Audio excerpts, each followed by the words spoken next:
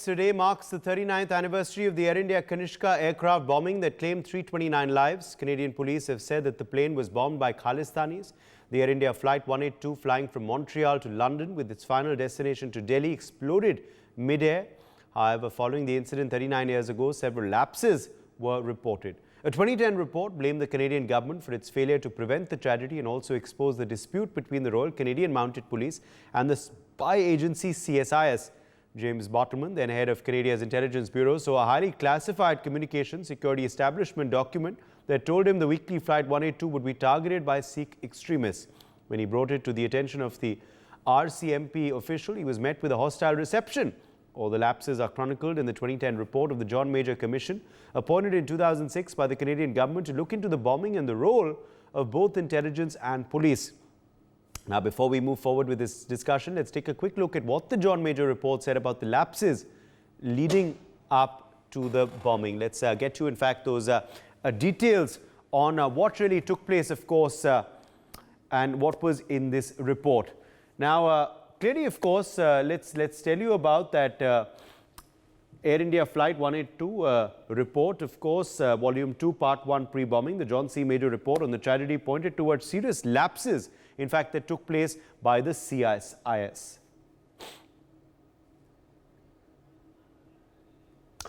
So, on June the 1st, 1985, Air India's Chief Vigilance and Security Manager in the Bombay sent a telex to Air India offices worldwide. In fact, this was sent, of course, in the spring of 1985. There, he indicated threats received by intelligence agencies, including sabotage attempts being undertaken by Sikh extremists. This was, of course, the text of what was sent at that point. On recovering this telex, RCMP Inspector William Dawson made a request to SGT Sergeant McDonald rather, to write to the CSIS. In fact, he had, of course, made this request very clearly. Sergeant McDonald, though, wrote to the CSIS requesting an up-to-date threat assessment in relation to Air India after receiving that telex.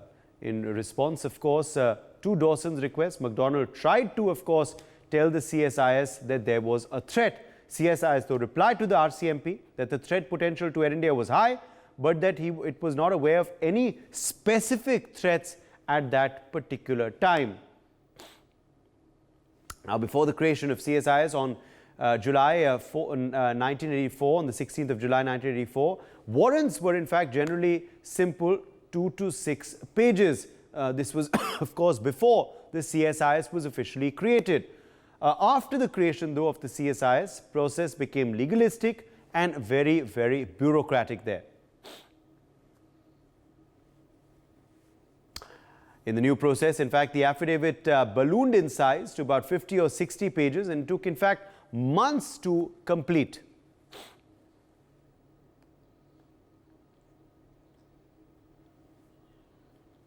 Now, the system, of course, was still in flux as CSIS seemed to muddle through trial and error as to what procedures were required. So, it was, of course, very, very cumbersome and haphazardly done.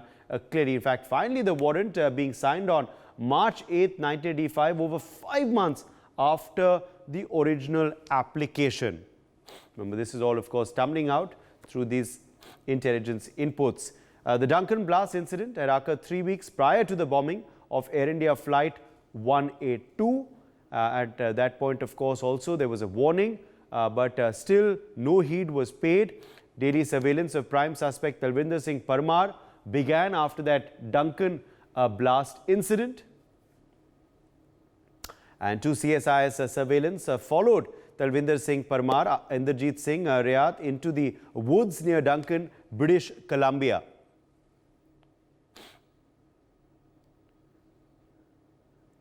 This, of course, took place on the 4th of June 1985. 2 CSIS surveillance, in fact, said that they heard then a large explosion take place.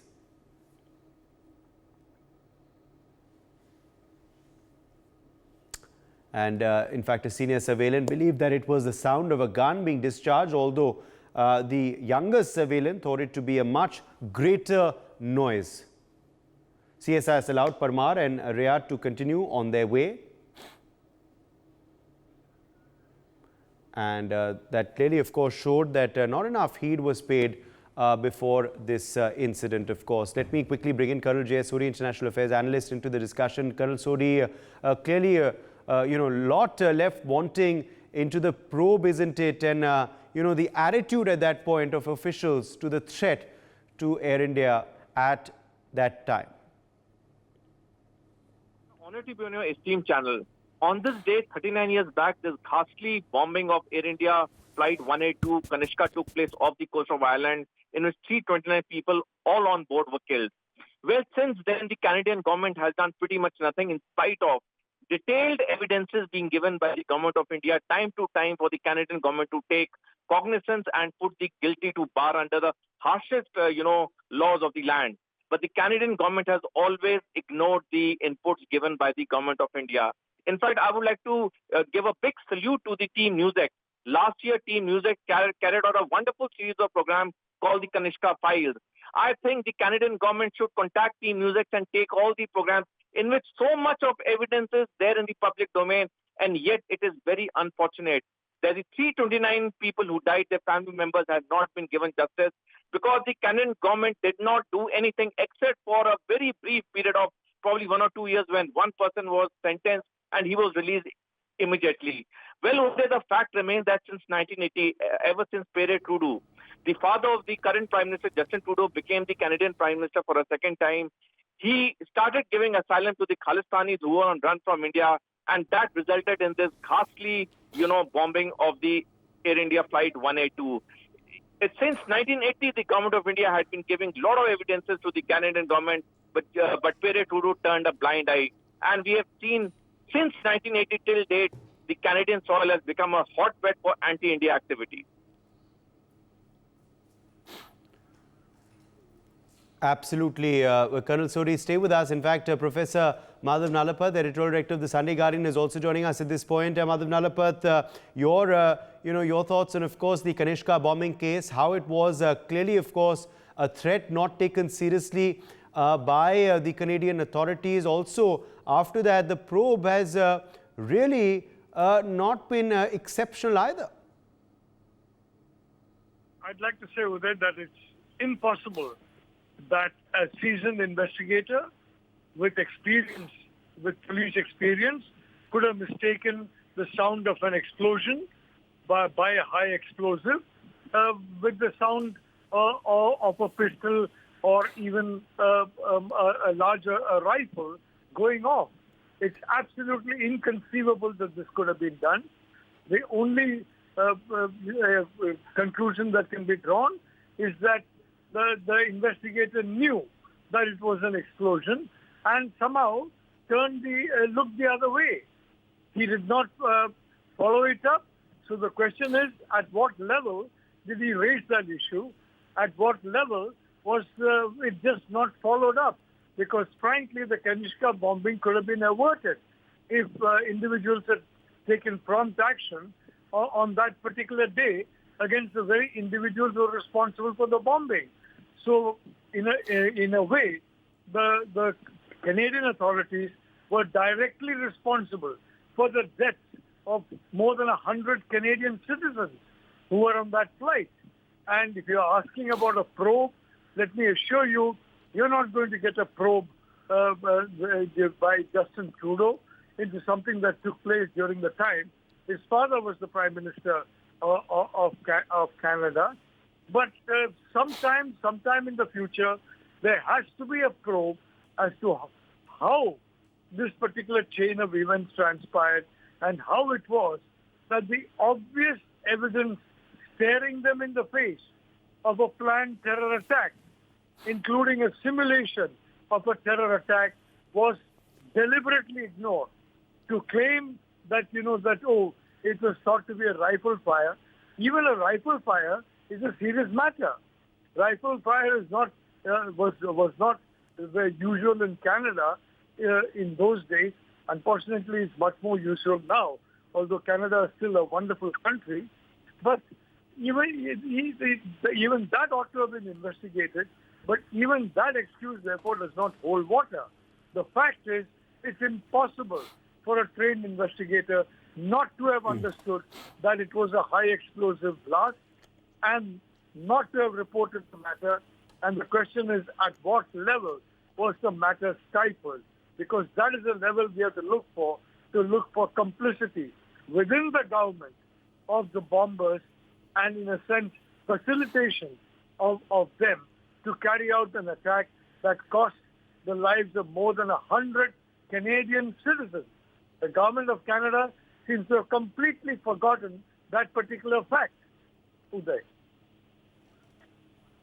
Absolutely. Let me also, in fact, quickly bring in Gautam Mukherjee, senior journalist, quickly into the broadcast. Gautam, many, of course, are advocating now reopen Kanishka files on the anniversary of the deadly bombing. It's a case which was completely mishandled by the Canadians, both prior to the incident, in terms of not taking the threat seriously, and then the probe that followed in the aftermath as well, Gautam.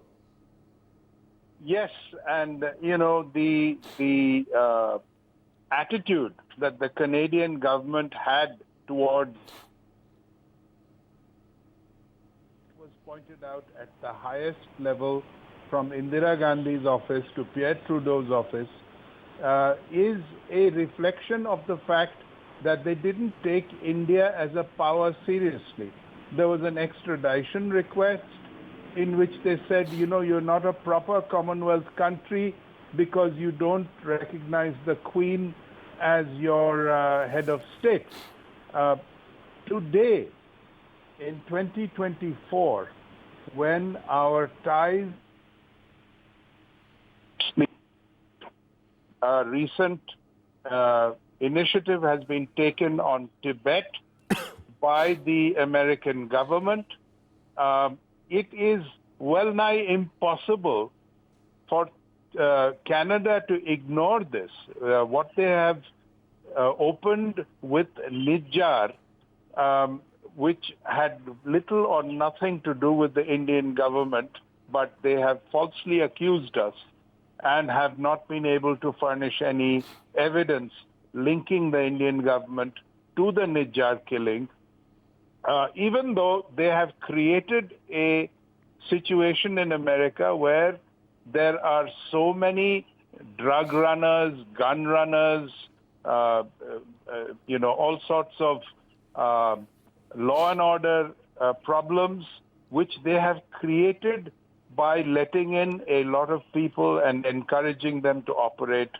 on their soil. Today, when India presses for a reopening and a proper investigation on the Kanishka bombing, based on the evidence that has been given all these years, and in fact, we could offer a dossier which is, complete from the beginning till whenever we stopped sending dossiers on this, once again, and hold the Canadian government squarely responsible and push it very hard in the international arena, because it is high time Canada was put in its place and was not allowed to evade issues and at the same time take a tone with India today, which is totally inappropriate given the size and stature of India today. Uday. All right, let's leave it at that. For more such videos, subscribe to the NewsX YouTube channel, hit the bell icon.